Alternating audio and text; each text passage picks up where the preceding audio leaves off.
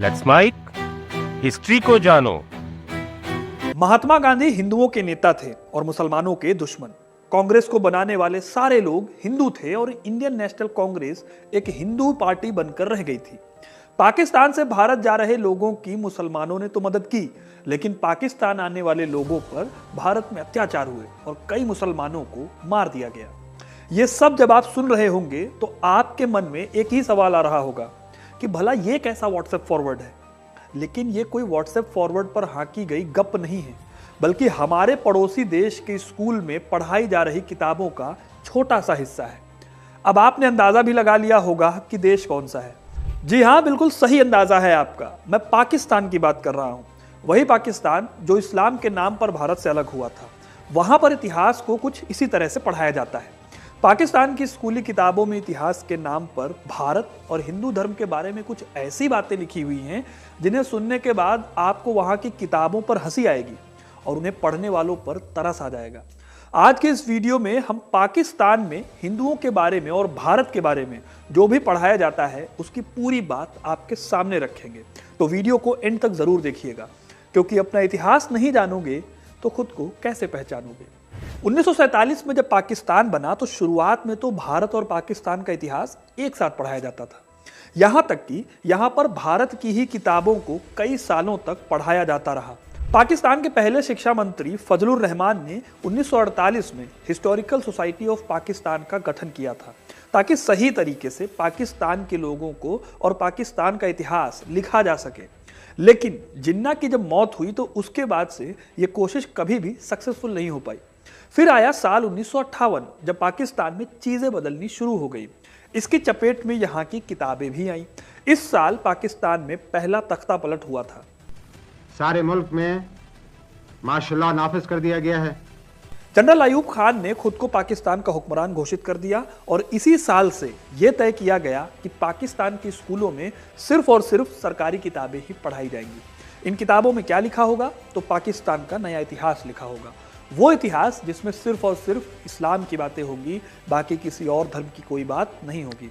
आज जिसे हम पाकिस्तान के नाम से जानते हैं, असल में उस देश में कई हिंदू और सिख राजाओं का भी राज रहा है। लेकिन पाकिस्तान इन सब को अपनी किताबों से निकालकर उन्हीं राजाओं की बात करता है जो मुसलमान हुआ करते थे।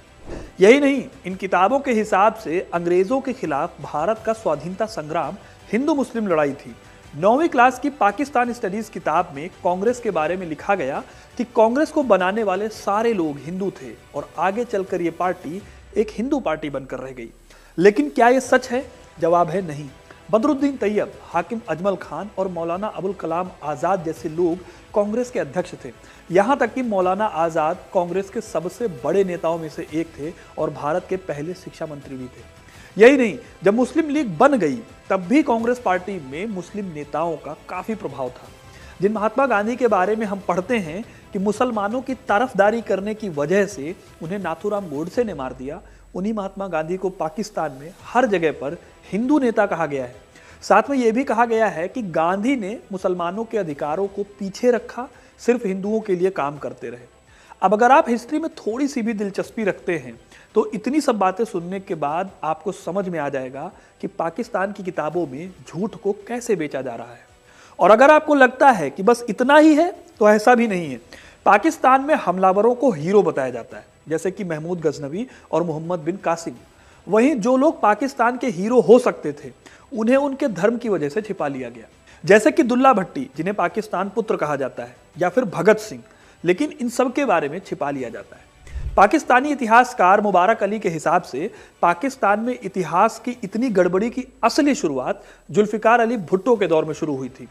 भुट्टो ने पाकिस्तान के नेशनल करिकुलम में पाकिस्तानी स्टडीज और इस्लामिक स्टडीज नाम के 2 नए सब्जेक्ट जोड़े। इस किताब में तो रिसेंट में हुई जो घटनाएं थी उनके बारे में भी झूठ लिखा गया। इसमें लिखा गया कि पूर्वी पाकिस्तान में हिंदुओं की अच्छी खासी तादाद थी। हिंदुओं ने पाकिस्तान को कभी स्वीकार नहीं किया। वो स्कूल कॉलेजेस में पाकिस्तान के बारे में नेगेटिव बातें पढ़ाते थे। यहाँ पूर्वी पाकिस्तान का मतलब आज का जो बांग्लादेश है वो है, लेकिन किताबों में लिखी गई ये बातें सच नहीं है। असल में ईस्ट पाकिस्तान और वेस्ट पाकिस्तान का झगड़ा भाषा को लेकर था, हिंदू मुस्लिम को लेकर नहीं था। इस पर डिटेल में मैंने एक वीडियो बनाई है और इस वीडियो पर जाकर आप सारी बातें अच्छे से जान सकते हैं। अब आगे बढ़ते हैं। पाकिस्तानी पत्रकार अफनान खान द गार्जियन के एक आर्टिकल में लिखते हैं कि पाकिस्तानी हुक्मरान अपने बच्चों को शुरुआत से बस एक ही बात समझाना चाहते थे, वो ये कि ये देश धर्म के आधार पर बना है, धर्म ही इसकी पहचान है और कोई दूसरी पहचान मायने नहीं रखती। और इसी सनक के चलते बच्चों को ये पढ़ाया गया कि पाकिस्तान में दूसरे धर्मों के लिए कोई जगह नहीं है। अफनान ये भी लिखते हैं कि स्कूली किताबों में जगह जगह आपको लिखा मिलेगा कि पाकिस्तान सिर्फ और सिर्फ मुसलमानों का है, दुनिया पाकिस्तान और इस्लाम के खिलाफ साजिश कर रही है और मुसलमानों को काफिरों के खिलाफ जिहाद करना होगा। आगे चलकर बात और भी बढ़ गई जब 1978 में पाकिस्तान में एक और तख्ता पलट हुआ। इसमें जियाउल हक ने जुल्फिकार अली भुट्टो को सत्ता से हटाया और खुद कुर्सी पर बैठ गए। जियाउल हक के दौर से पाकिस्तान के पूर्ण इस्लामीकरण की शुरुआत होती है। इस दौर में स्कूली किताबों का कंटेंट पूरी तरह से बदल दिया गया। कोशिश की गई कि जिस भारत और पाकिस्तान का इतिहास आपस में काफी जुड़ा हुआ है उसे पूरी तरह से बदल दिया जाए। इसी कोशिश में यह तक पढ़ाया जाने लगा कि साल 711 ईस्वी में ही पाकिस्तान की शुरुआत हो गई थी, जब मोहम्मद बिन कासिम भारत में आया था। इन किताबों में उसे देश का पहला पाकिस्तानी बताया गया। इतिहास को कुछ ऐसे लिखा गया कि भारत के हिंदू और बौद्ध राजाओं को कुछ ही पैराग्राफ में निपटा दिया गया और सिर्फ वो बातें लिखी गई जिसमें कि पाकिस्तान की धार्मिक पहचान मजबूत होती हो। इससे अलग कोई भी डिटेल पाकिस्तान के लिए एक विलेन की तरह थी। यही नहीं, 9वीं और 10वीं कक्षा की पाकिस्तान स्टडीज की किताब में हिंदुओं को मुसलमानों का दुश्मन बताया गया। लिखा गया कि मुसलमानों और हिंदुओं ने बहुत से आंदोलनों में मिलकर एक साथ काम किया था, लेकिन ये साथ लंबे समय तक नहीं चल पाया।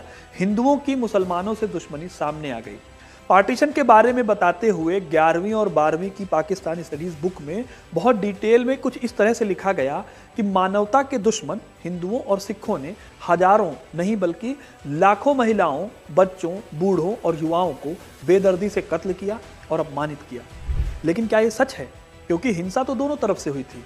पाकिस्तान में भी हिंदुओं पर अत्याचार हुआ था, लेकिन पाकिस्तान इन बातों को छिपा लेता है और अपनी किताबों में सिर्फ उन बातों को ही रखता है जिनसे या तो इस्लाम का महिमा मंडन हो सके या फिर दूसरे धर्मों को नीचा दिखाया जा सके, जो कि पार्टीशन या फिर किसी भी घटना को लेकर कहा जा रहा था। तो दोस्तों, ये थी वो बातें जो पाकिस्तान में भारत और हिंदुओं के बारे में पढ़ाई जाती हैं। पाकिस्तान किस तरह से अपने यहाँ पर ब्रेन वॉश करता है और इसके बारे में आपका क्या कहना है, हमें कमेंट करके जरूर बताइएगा। आप सुन रहे थे let's make more than radio. Follow कीजिए हमें हमारे सोशल मीडिया प्लेटफॉर्म्स पर। It's time for news. It's time for more than radio. Presenting the first radio news app, Let's Mic. Let's Mic, a news-based app on your phone where you get to watch and listen news, talk shows, interviews, radio show podcasts. On Let's Mic, you get all relevant information of TV, print, radio, podcast, and digital. Let's Mic talks about every segment of life.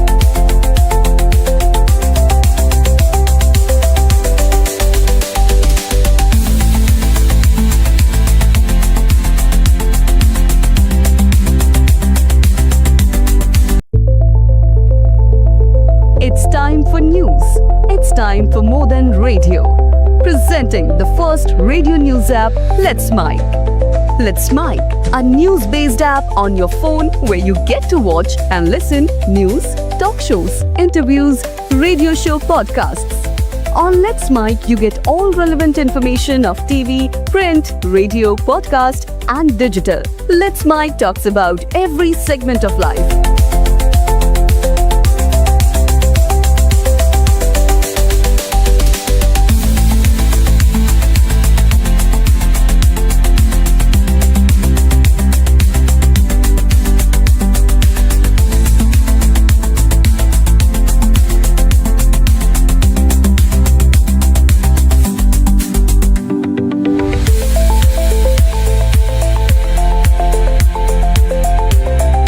Download the app now from Play Store. Available both on Android and iOS mobile phones.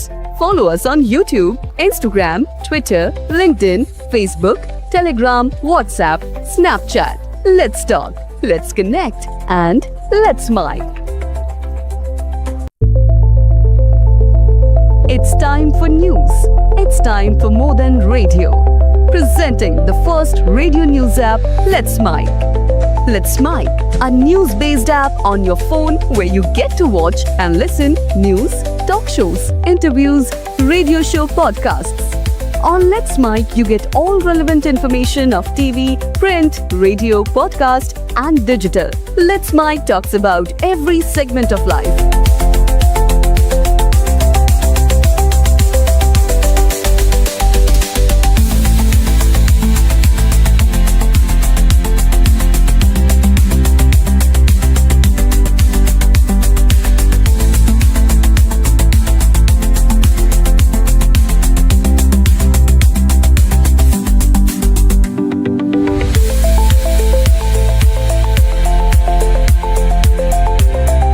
Download the app now from Play Store. Available both on Android and iOS mobile phones. Follow us on YouTube, Instagram, Twitter, LinkedIn, Facebook, Telegram, WhatsApp, Snapchat. Let's talk, let's connect, and let's mic. It's time for news. It's time for more than radio. Presenting the first radio news app, Let's Mic. Let's Mic, a news-based app on your phone where you get to watch and listen news, talk shows, interviews, radio show podcasts. On Let's Mic, you get all relevant information of TV, print, radio, podcast, and digital. Let's Mic talks about every segment of life.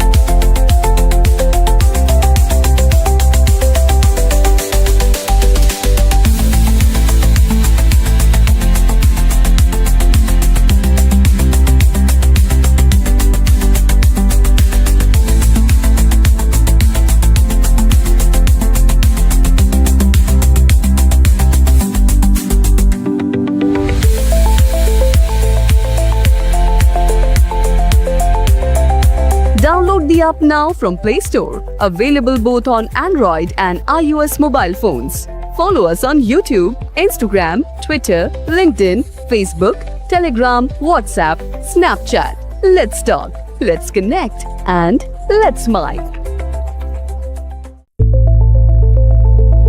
It's time for news. It's time for more than radio. Presenting the first radio news app, Let's Mic. Let's Mic, a news-based app on your phone where you get to watch and listen news, talk shows, interviews, radio show podcasts. On Let's Mic, you get all relevant information of TV, print, radio, podcast, and digital. Let's Mic talks about every segment of life.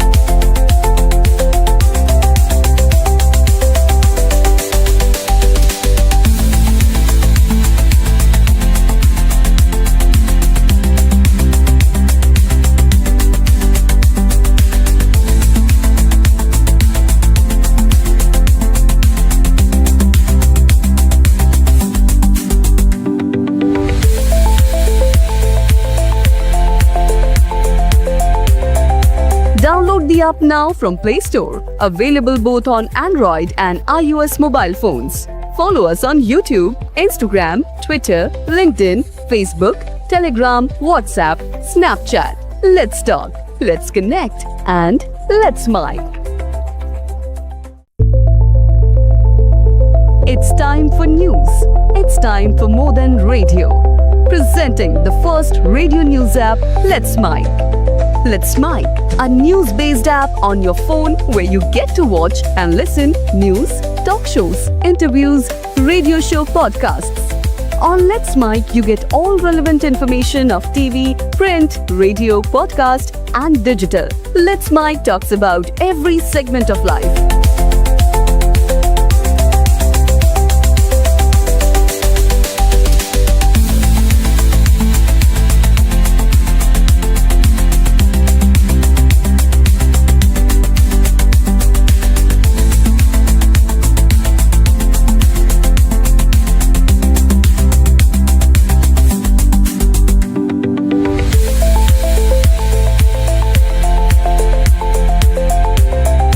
Download the app now from Play Store. Available both on Android and iOS mobile phones. Follow us on YouTube, Instagram, Twitter, LinkedIn, Facebook, Telegram, WhatsApp, Snapchat. Let's talk, let's connect, and let's mic.